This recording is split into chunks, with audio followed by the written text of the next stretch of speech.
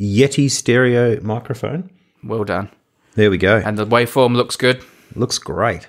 Looks great. It's my voice. It's great. We've literally marketed it and sold this waveform. I'm wearing that T-shirt right now of your waveform I'll come to that in a minute though, because I want to talk about that.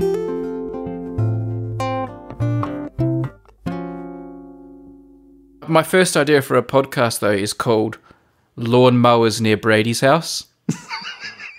Right. Because I feel like every time we start recording, every lawnmower within a 1 mile radius of my house seems to start. Oh, yeah. So we could just record them and play them, and people can like just have their favourite. Oh, yeah, that's Bill at number 8. He's got a great lawnmower. That's right. I have a little bit of housekeeping as usual. Mm-hmm. First of all, can I welcome into the warm bosom of our Patreon supporters all the new people who've signed on lately? Yes, yes. Had a real bump of people because obviously Tim's shortly going to be doing a reading of our Patreon supporters, and we've got all sorts of things planned. We're really trying to make that how the podcast works, and to do that we've got some really cool plans. So thank you everyone who's been going to patreon.com/unmadefm and chipping in even the smallest amount, because that's going to, help us keep making the show. Welcome to the journey. Welcome to the journey. The journey. It is a journey. It's I consider it more of a hard slog, but yeah, journey is another way to put it. Man, it's the greatest show in town. Does it come with voting rights? Like if the patrons got together and voted like for like new hosts, would we have to abandon? Well, let's not.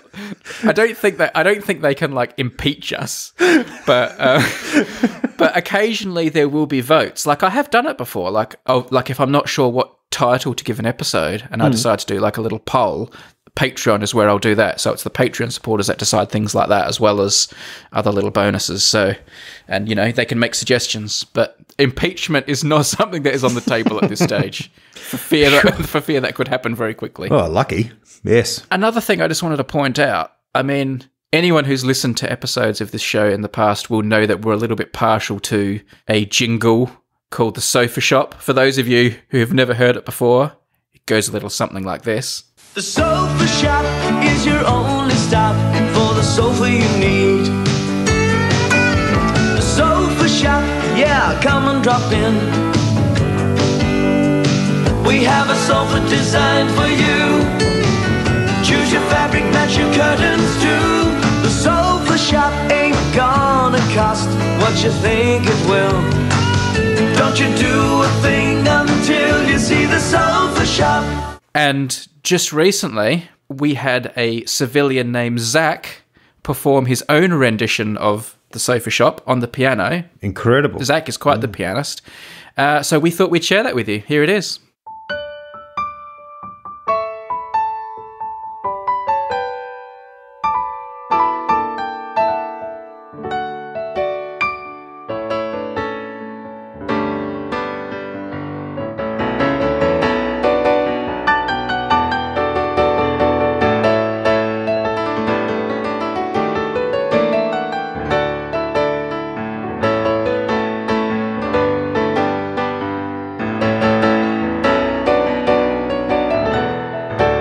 Not bad, hey Tim. Incredible. Beautiful. I mean, it brings back memories of Tim's rendition of Money for Nothing.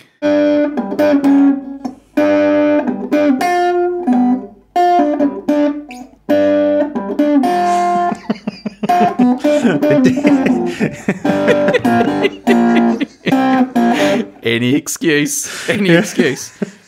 But I'll tell you what, Tim. Something interesting. Obviously, the real Money for Nothing solo doesn't go like this. It actually goes like this.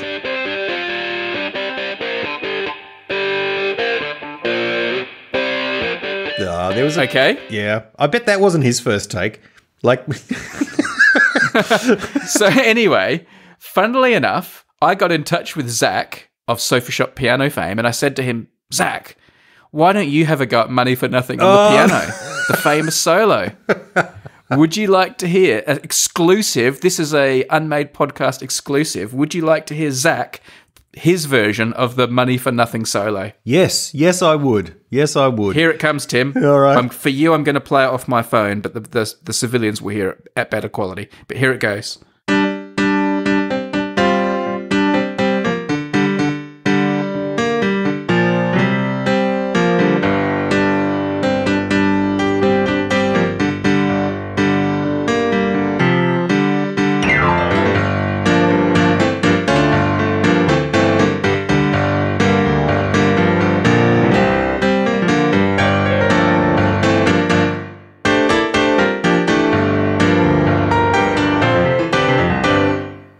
Well, I mean, that was a very faithful rendition, wasn't it? He didn't take some of the experimental side avenues that I like to think that I brought to my performance. That Tim's trademark false start.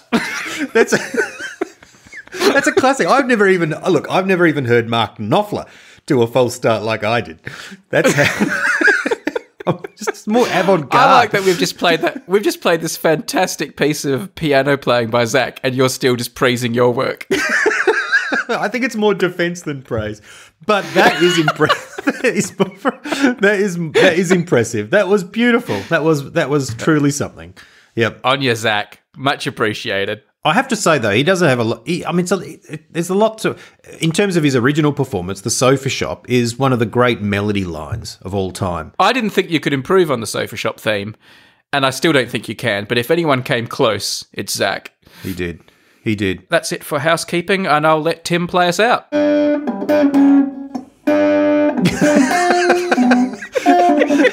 I literally went, what? I don't have my guitar. Oh, he's doing that again. He's doing.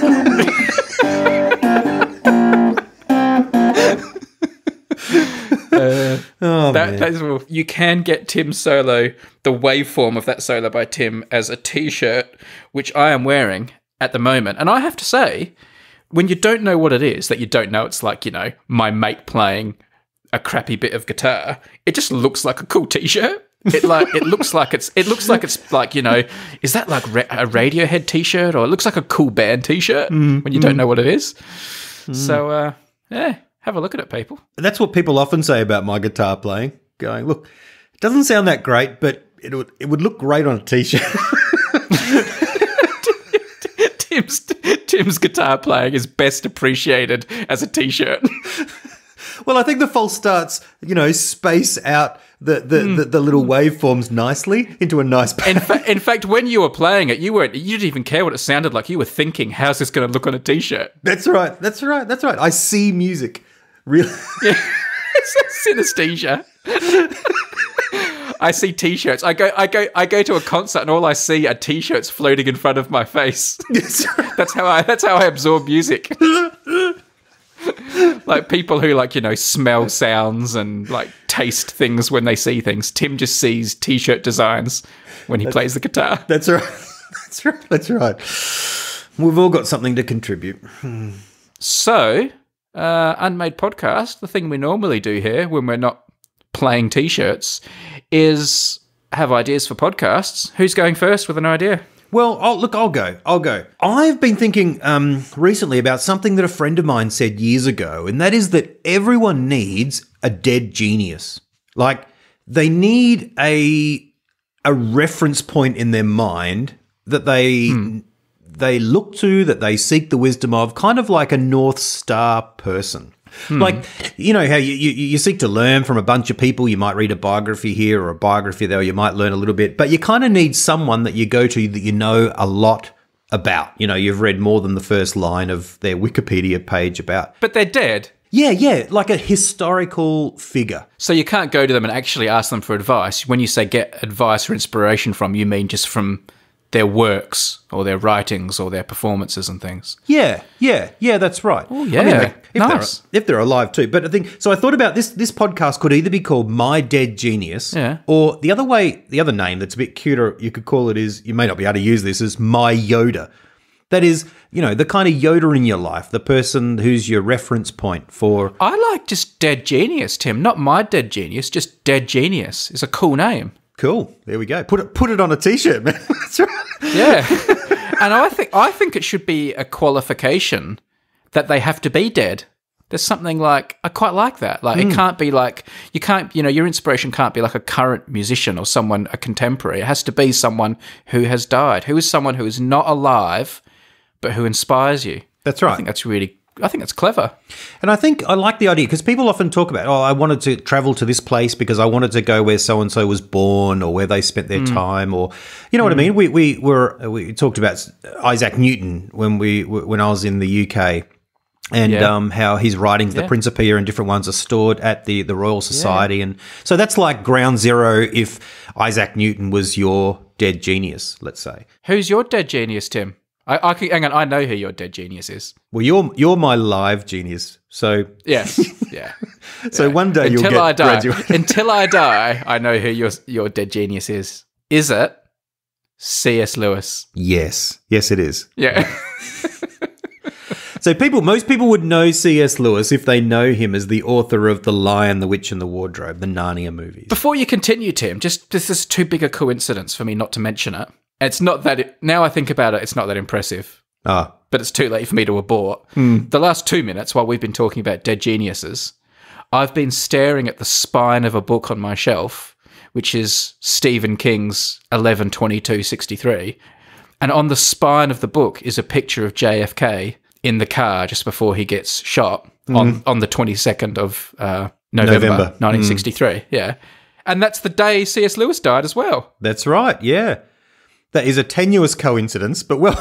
I was looking at the date of his death printed on a spine of a book while you were talking about C.S. Lewis's death. There we go. That is a coincidence. It's not an amazing coincidence, but it is a coincidence. It's a lovely link. All right. It's all right. It's it's amazing to me. It's not as amazing as if you were looking at C.S. Lewis himself, like he'd popped around for dinner and happened to be to be sitting opposite you, or one of his I don't books. think I'd recognise him. I have seen pictures of him, but I think if like his ghost knocked on the door and I opened the door and the ghost of C.S. Lewis was there and said, "Do you know who I am?" I would go, no, just like an old bloke. You wouldn't go, "Oh my God, it's a ghost." Like it's oh my goodness, it's a ghost. No, but like if the ghost of Elvis knocked on the door or JFK, I think I'd recognise them, like I'd be like, oh yeah, I know what you look like. Sure. But C.S. Lewis is not like probably not burned into my head enough as a recognisable figure. Several biographers have actually mentioned that he kind of doesn't look like a great academic. And he was at Oxford and then he was a professor at Cambridge, but he's often talked about as looking like a butcher. Like he's kind of round with an egg head, so he kind of looks like the kind of guy who would be your butcher, a lovely friendly butcher with a big apron on and, tummy and yeah. So I think he does look like an academic. I think he looks he's quite nondescript, I guess, but I wouldn't have thought to describe him as friendly looking, but not unfriendly either. Well, it's sort of jolly, if you like. Yeah. He's very nondescript. But anyway, sorry, I shouldn't talk about your dead genius like this. Well, we don't choose our dead geniuses based on their looks. Like that. Oh, speak for yourself, man. So I love him. I mean, this is, and mainly it's actually, we won't go too deep into this, I guess, but mainly it's his non-fiction writings, particularly about Christianity, that appeal to me. Yes, of course. But I loved going to where he was born. Oh, sorry, rather he was born in Ireland. He's Irish, but where he spent the vast majority of his life in Oxford, and going to his home and getting a tour around the place, and read everything. And I've got heaps of his first editions and all sorts of stuff like that. So, did you go to his grave, Tim? Speaking of his death, I did. Yeah, it's in What was that like? The yard of his church. It was really moving. Yeah. I have a photo that I asked someone else just standing there to take of me near the grave. That's how moved I was the first time. Maybe that was his ghost. It was a lady, so perhaps it was. Excuse me, old butcher man, in a tweed suit. Could you take a picture of me next to this grave? Yes, I will. It's like in those films when a kid encounters Santa Claus and they think it's just a nice old man in the street, but really it's a wink and, hang on, it's him. No. Did it feel weird having your picture taken next to a grave? I guess it's famous enough that doesn't really matter, does it? Like, once someone's famous enough, taking pictures of their grave doesn't matter anymore. Yeah, they do become a bit more of a shrine, really, don't they? Yeah, I felt I was quite emotional. Like I said a prayer, and I was just very thankful for his life because I actually felt that's what I felt. I felt thankful. Wow, thanks so much for what you gave me and the stuff that I read about you and stuff. So I get that. That was moving. I get that. Yeah.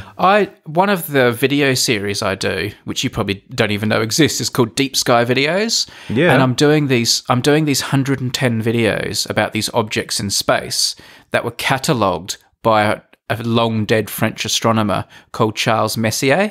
He created this list of objects, and they've since become like a famous canonical list of, galaxies and nebulas and stuff like that. So we're just doing videos about them. And a while back, I went to his grave in Paris, in the famous Parisian cemetery. And I felt really moved to be there as well. I don't know much about Messier as a man, the way you probably do about C.S. Lewis, but just because this person's work has affected my life so much, because, you know, I'm doing this epic quest because of him, it felt like a real pilgrimage just to stand at his grave and think, there he is. There's the guy who you know, has put me on this journey. Oh, I made a video about going there as well, you know, like I went a step further than having a photo taken. I made a whole video about the grave, but I'll have to have a look at that. Yeah, it was really hard to find the grave too, but what year is he? What century? What era? Oh, Charles Messier. He must be 1800s. Hang on, let me look up. I should know, shouldn't I? But while you're looking that up, is there something named after him? Messier sounds familiar. Is there well, Messier objects in the Messier lists, like, you know, only that. He died in 1817, so his work was more in the 1700s, probably. Did you bump into anyone else in the French cemetery? Oh, it was the same one. It was the same one. Jim Morrison is in and all that sort of stuff. So yeah, that was the one I was thinking of. Yeah, there's loads of people. I can never pronounce its name correctly, which is the reason I'm not saying the name of the cemetery. But it's like Pierre Lachaise or something like that is how you say the name of it. It's a very, very famous cemetery. It's one of the best places to go in Paris. Like, if someone goes to Paris, I would recommend it as a destination as much as Eiffel Tower or anything. You could spend hours in there. It's amazing. So you asked if I felt strange about taking a photo, but you made a video. Did that you were yeah. About you being there? Yeah, obviously, you put a link to it in the show notes. Yeah. No, it was just like a bit of a pilgrimage. I showed where his old observatory was, and then said, "Okay, now I'm going to go and find his grave." And it was just I'll share that. I'll share it. I didn't feel strange about it. It was fine, and you shouldn't feel strange about taking a picture of C.S. Lewis's grave either. I'm just imagining asking a stranger to take the picture might sort of increase the awkwardness a bit. Can you please take a picture of me standing next to this place where a dead person is? Yeah, and I remember it was a lady, but I don't remember if I had to over-explain, because there are lots of people don't know who C.S. Lewis is, and I imagine this lady was I knew she wasn't in the grave. She wasn't in the but, you know, it's the cemetery area of the little church, as it was back in them. For him, she was just there for some other reason. So I can't remember how much I explained, but I remember just sort of quickly, you know, asking for a photo. Yeah. And I think that's a really good idea, Tim. I really like the idea of a dead genius, someone who inspired you, who's died, preferably like a famous person, not like, you know, your grandpa or something, because that's a bit of a cliche to say, I was inspired by my grandpa or something. It's also true, but at least your grandpa was Albert Einstein. But that's true. That's true. C.S. Lewis, Charles Messier. It is cool, and I think people often have a favourite philosopher they go to, or a great, you know, writer or politician in particular. You know, they particularly have a picture of a particular politician or Martin Luther King or someone like that. I can pick Neil Armstrong now because he died a few years ago, so I can have him as my dead genius because he's one I like a lot. Yeah. I associate him with you in terms of this kind of thing. Was he a genius? I mean, obviously was he the kind of person that had done a PhD? Was he a scientist? Not a genius, he was very smart, yeah, but he wasn't like, you know, the leader of any field or anything. He was just, you know, he was a test pilot. He was smart, good at mathematics, and had a good temperament, was good under pressure. I have a lot of admiration for how he handled his fame afterwards, though. Like, you know, he was lucky that he got to be the first man on the moon. Yeah. He was picked for qualities he had. So, you know, but there was also a degree of luck involved. But he handled it afterwards with a lot of dignity, and I just like what he represents. He's just like he's an emblem for a time and a period that fascinates me. So yeah, he's more symbolic of a lot of stuff, but he was a good man, you know. I like what he did. I've got a lot of other astronauts I like as well, who I know more about. But yeah, good idea. And if people want to go into our subreddit, which I link to as well, tell us who your dead geniuses are. Isaac Newton would also be on my list. I don't think he was a particularly nice man, and he was a very flawed man, but he just intrigues me. And I've done so many videos and things about him that I feel an attachment now. I feel a physical attachment to him because I've handled all those papers and objects and stuff at the Royal Society. So yeah, I'll put Newton as well. It is a balance, isn't it, between the person and the character of the person, the more you get to know them, and the greatness of their achievement. Has there ever been any dirt on C.S. Lewis, Tim? Like, has anyone written biographies and stuff saying, oh, he was a bit this and a bit that, and, or is he always just kind of, is he his personality? What do we know of his personality?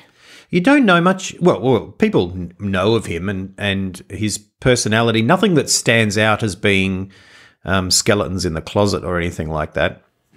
There was a relationship with a lady that was boarding at the house for a while, and lots of people say that they had an intimate relationship, even though he later on married someone else. He was a single man and she was an older woman and so forth. So there's speculation about that. But there was nothing, particularly insidious about that. I guess it was for the time. But he, became a person of faith. He then married someone out of a sense of charity so they could remain in England away from a difficult situation, Joy Davidman. Oh, that sounds a bit legally dodgy, marrying someone for immigration reasons. There was something, I can't quite remember the details of it, but I think he loved her, or certainly he grew to love her because he grieved her passing so much that he wrote a book about grief.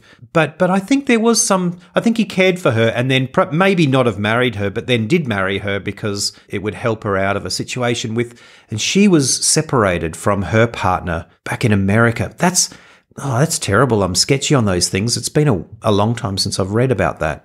It's all right, man. We'll link to his Wikipedia page, which I'm looking at now, which has a picture of his grave, and it says here that his brother Warren, who died 10 years later, is buried in the same grave. That's right, yeah. His brother Warren's nickname was Warnie, which is, for those who love cricket and Australian cricket, that's Shane Warne's nickname, Warnie. So all the way through the writings and letters and stuff that I've got, all these collected letters he's writing to, Dear Warnie, that sort of, it's pretty funny. Yeah. Nice. All right, well, before we get lost in the rabbit hole of Tim telling us anecdotes about C.S. Lewis, can I just play a guitar solo tribute to the great man that I've written? Can I just play you a T-shirt I've written in his honour? I will congratulate you, Tim, on an excellent podcast idea, and let's move on to another one. Are we doing an ad? No, this episode is brought to you by patron support. Oh, thank you, patrons. You're awesome patrons. Yes. So, my idea is called Passion versus Passion. What? And where this came from is I've noticed with people I follow on social media and friends and that, people who are into horses are really into horses. Like, they're really passionate about horses and they post loads of pictures of them and, like, almost maybe to annoying levels. Mm-hmm. And it makes me think, are people who are passionate about horses more passionate than people who are passionate about other things? Is Tim more passionate about C.S. Lewis than I am about space? Is your friend more passionate about football than your other friend is passionate about painting? And I like the idea of putting people's passions head to head, and people almost make the argument for how their love and passion for something is greater than someone else's. No, this is intriguing. Yes. You have to demonstrate that passion. And I'll give you two examples and anecdotes. The first one actually involves Tim and I, just a funny exchange we once had. Right. Where we were talking about a series of children's books called the Spindles books. And I really liked them when I was a kid, and Tim really liked them when he was a kid. This was before we'd known each other. And when we were more grown up, we were talking about how we liked these books as kids. And I said, Tim, I really liked them. And Tim was like, no, you have no idea. I really liked them. And I'm like, no, you've got no idea. I really liked them. And Tim won the argument in one fell swoop when he turned to me and said, man, I named my dog Spindles, and his dog that was in the room at the time we were talking was called Spindles, and I looked at the dog that he'd named after this book, and I sort of said, all right, you win. You have greater passion for Spindles. You named your pet after this character in this book. So this is the kind of thing I would like to hear. I'd like people to come onto the show and talk about things like naming pets and things like that. Like, making the case that your love for this is greater than other people's love. This is a great idea because there's kind of a subtext in lots of conversations where this is going on all the time. Yeah, it's human nature, isn't it? Like That's there's this right. one-upmanship. Yeah, yeah. Yeah. Oh, you should talk. I'm a really big fan of that show. Or you should talk to someone. So they're really passionate.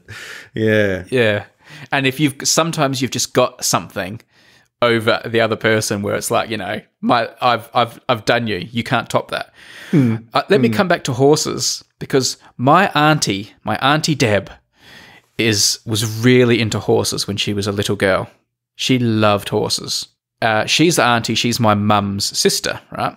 Now, my mum was her older sister. My mum was always the good student, top of the class, very good academically. Auntie Deb, who loved horses, was not very good academically, easily distracted, always bottom of the class, bit of a, the type. Not the one who would come home with the good report cards. Right. But she loved horses. She would skip all around the schoolyard pretending to be a horse, much to my mum's embarrassment at school. Oh, there's little Deb who pretends to be a horse. Sometimes my grandpa, their father, would drape a rug over the front fence of their home, and my auntie would sit on the rug pretending she was riding a horse and with her whip, patting the fence, pretending it was a horse. She loved horses so much, but she was terrible at school. She always asked my grandpa, "Can I have a horse? Can I have a horse?" "No, you can't have a horse." And eventually, to shut her up and incentivize her a bit, my grandpa said, "I'll tell you what, if you come top of the class at school this year," it was called ducks. I think that's a Latin word for top of the class. My mum used to always win ducks. My auntie was always bottom of the class. Never a chance of winning ducks. "If you win ducks, I'll buy you a horse." That year, all my auntie did was schoolwork. 100% focused on her marks. Wow. Came top of the class by a mile. Won the ducks. Unbelievable report cards. Teachers couldn't believe this transformation from bottom to top. My grandpa was flabbergasted. Had to buy her a horse. So my auntie got a horse. Next year, bottom of the class again. Just looking at the data, there may have been a causal effect in relation to her marks. Her passion for horses was so great. It had this huge effect on her life for 1 year until she got her horse. There you go. Does she still have this passion? No, she's not into horses. She did for a while. When I was young, she lived on a farm with my famous Uncle Don, and they did have horses on the land and stuff like that. But they're not. So they were farmers for a while. But no, I don't know. I'm sure she still likes horses, but she hasn't got them, and they're not part of her life anymore. There are people who she does sometimes still go out on the front fence though and pretend to ride it. She'll love you saying that. She's often seen skipping around the southern suburbs of Adelaide, pretending to be a horse, or whinnying and grown woman. Oh dear. There's passion, and then there is obsession, isn't there? Like, yes, obsession is sometimes a bit scary when you see it. Like, yeah, the collecting that some people do of particular objects or associated with a particular superhero or Star Wars or something like that. It can be all encompassing of a person's attention. Have you ever met someone like this where it comes to mind? Apart from yourself? I am remembering a funny story. I'm just trying to think of a way I can tell it that is suitable for all people of all ages. Oh, right. There was a guy I used to work with who was really into collecting figurines of superheroes. Right. And he used to line them up on his desk at work. And me and another mate who used to work late shifts when there was not many people in the newsroom at the newspaper, would look at all these figurines on his desk. So sometimes my friend, for a joke, would choose two of the figurines and arrange them in a compromising and romantic position so that when this guy would come to work the next day, Batman and Spider-Man would be having a little kiss or something like that. Right. Or something else. And this used to drive him crazy. Like because these were so important to him and they were so sacred, to see them like, you know, being posed in these positions was like, he couldn't handle it. So what he did was he started storing at night. He would pack them up in his office drawer and lock the drawer. But what he didn't know was my mate had like a skeleton key that he could use to open all the drawers in the newsroom. And the absolute class move that he did was he opened the drawer late at night and would get Spider-Man and Batman and, like, again, arrange them in a romantic position. But then he would close the drawer and relock it. So when this guy came to work the next day, the drawer was still locked, but the figurines were in this position again. He was a bit obsessed, that guy, with his figurines. Yeah. But you've got to be careful in bringing your passions to work. Like, unless your work is your passion, but, you know, bringing the passion with the posters and the bits and pieces. Yeah. Remember there's that scene in The West Wing where there's a girl on the team of character Josh, and she's wearing her Star Trek, what are they called, top uniform. You have used this anecdote before on the Unmade podcast. No, have I? You have, yeah. Oh. We're at that point. Well, I'm just obsessed with The West Wing. We're telling the same stories. I've probably told that figurine story before on a podcast too, to be fair, so. Do you have an obsession?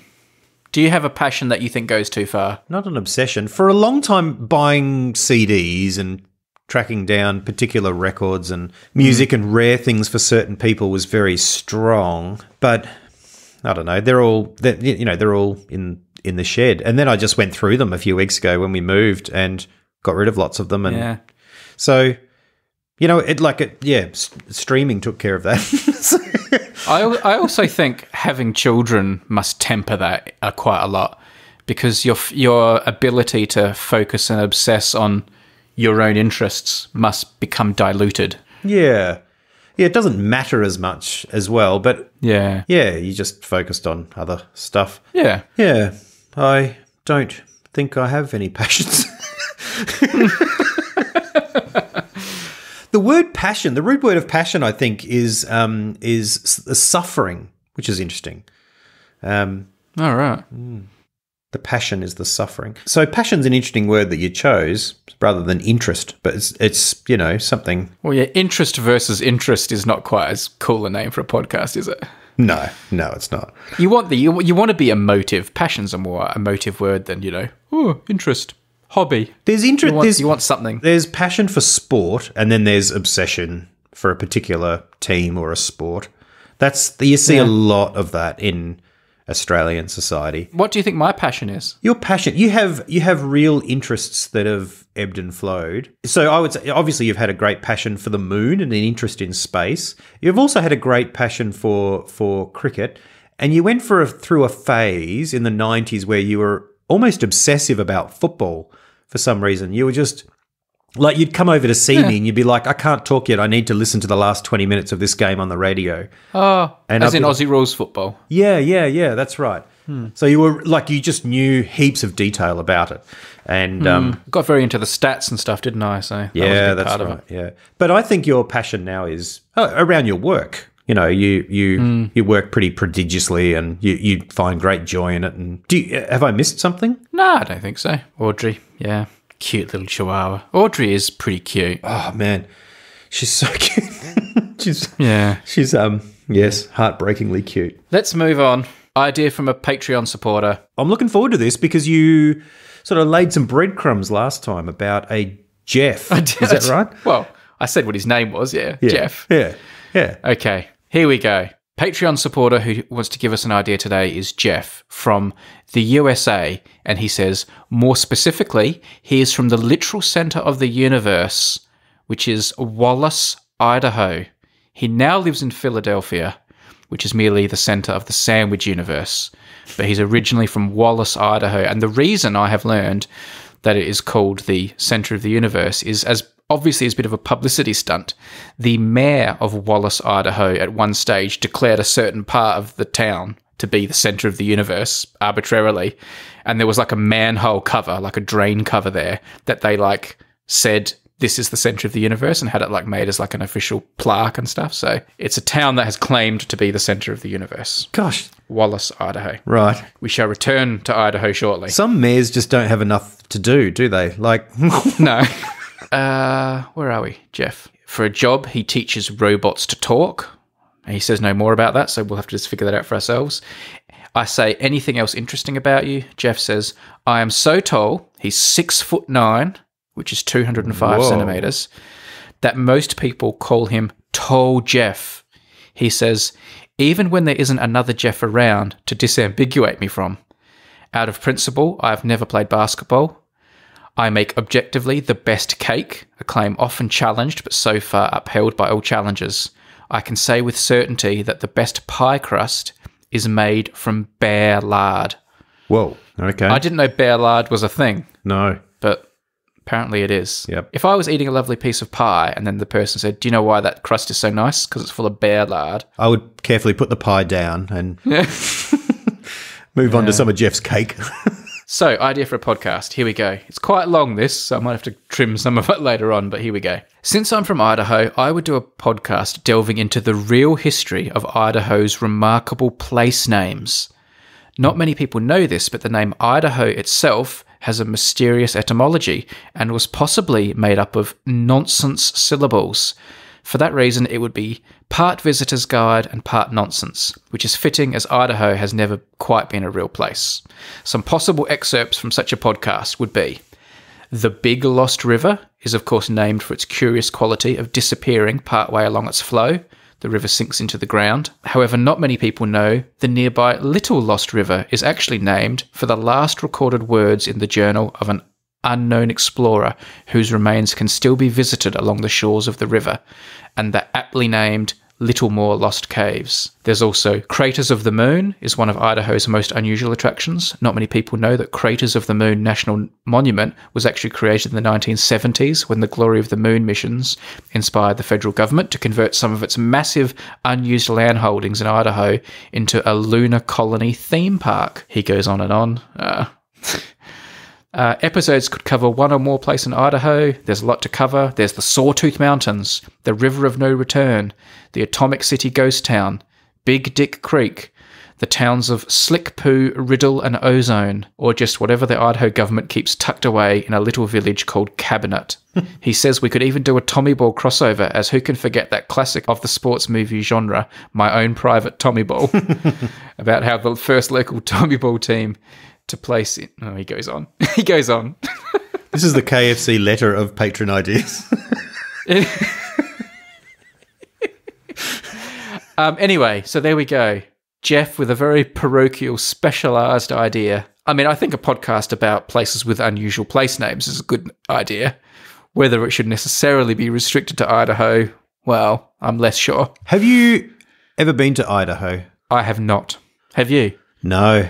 I'm looking where it is. No. I assume it's in sort of the Midwest, which I guess this is, next to Oregon, above Nevada. Okay, yeah, it's right over there on the west. Yeah. Gee, there's a lot of states in America, isn't there? Like this. Oh, it's 50. 50, man. There is about 50. I reckon 50 is a good call.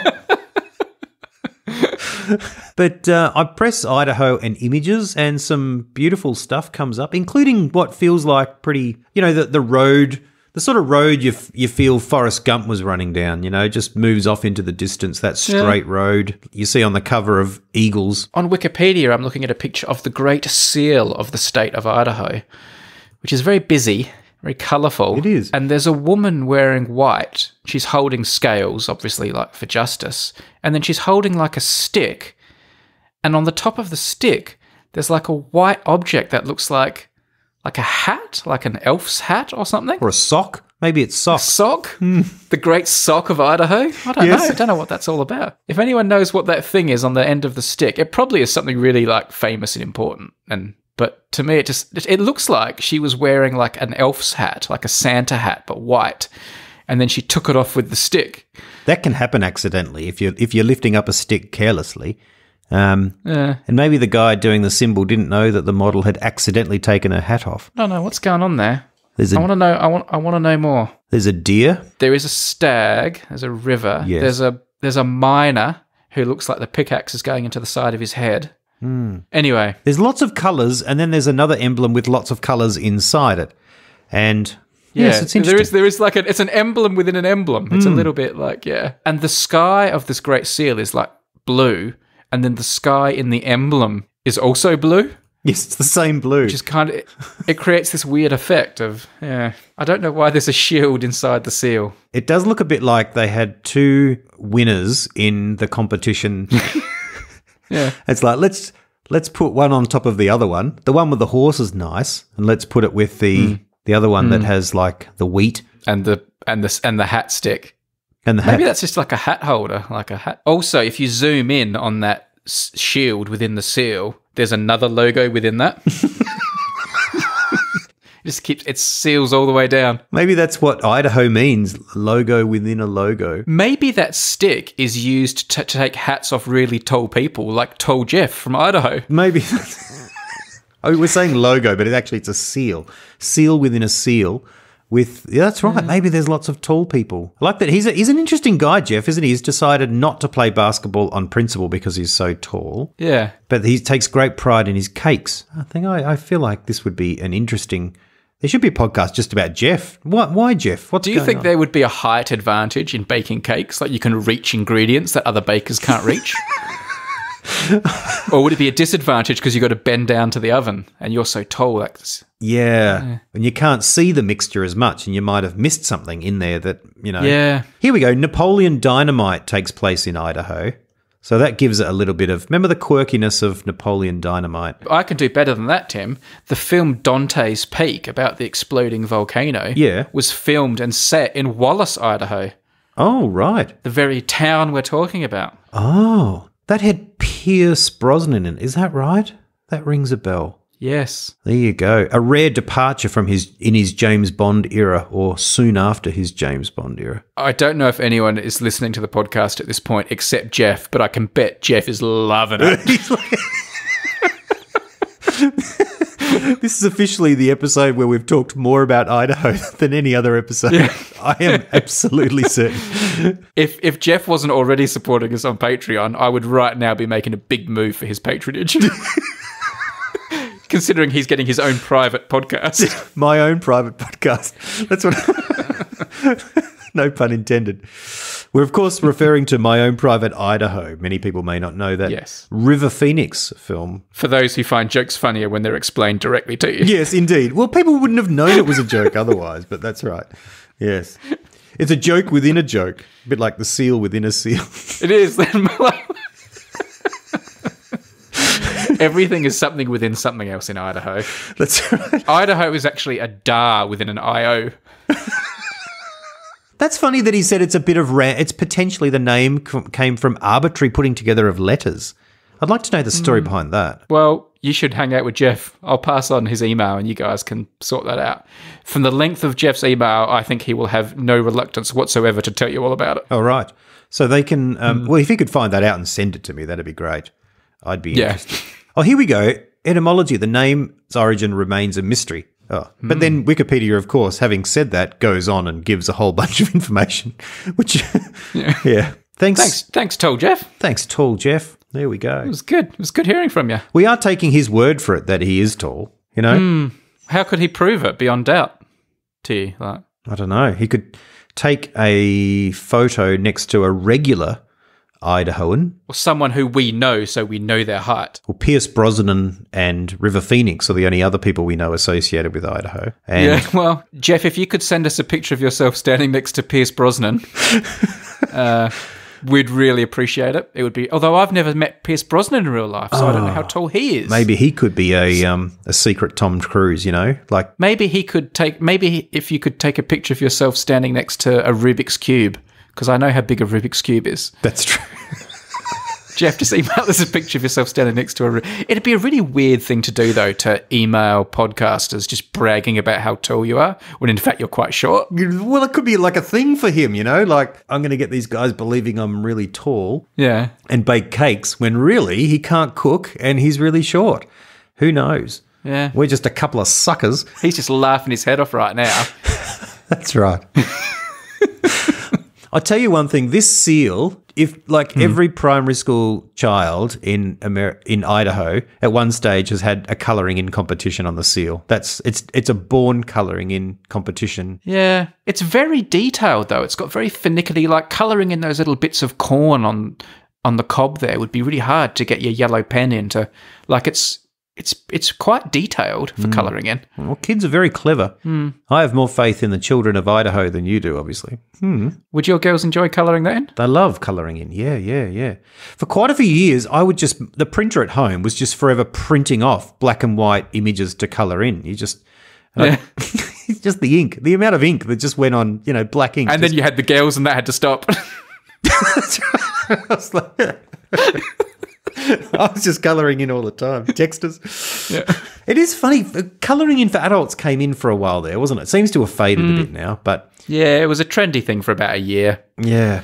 To have adult colouring in books. Was that a passion of yours, man? It wasn't, but I make videos with a guy who made a lot of them, mathematical ones. So I've got 3 or 4 of them here on my shelf. But I've never actually coloured one in. Right. Well, why don't you go and do that now? All right. Well, yeah, we'll wrap this up. I'm going to colour in these books. Tim's going to colour in the Great Seal of the State of Idaho. And we will return at some point in the future, in a week or so, probably. Sounds good, man. I should say Idaho's a northwestern state. It's not midwestern. Once you see that it goes up near the border.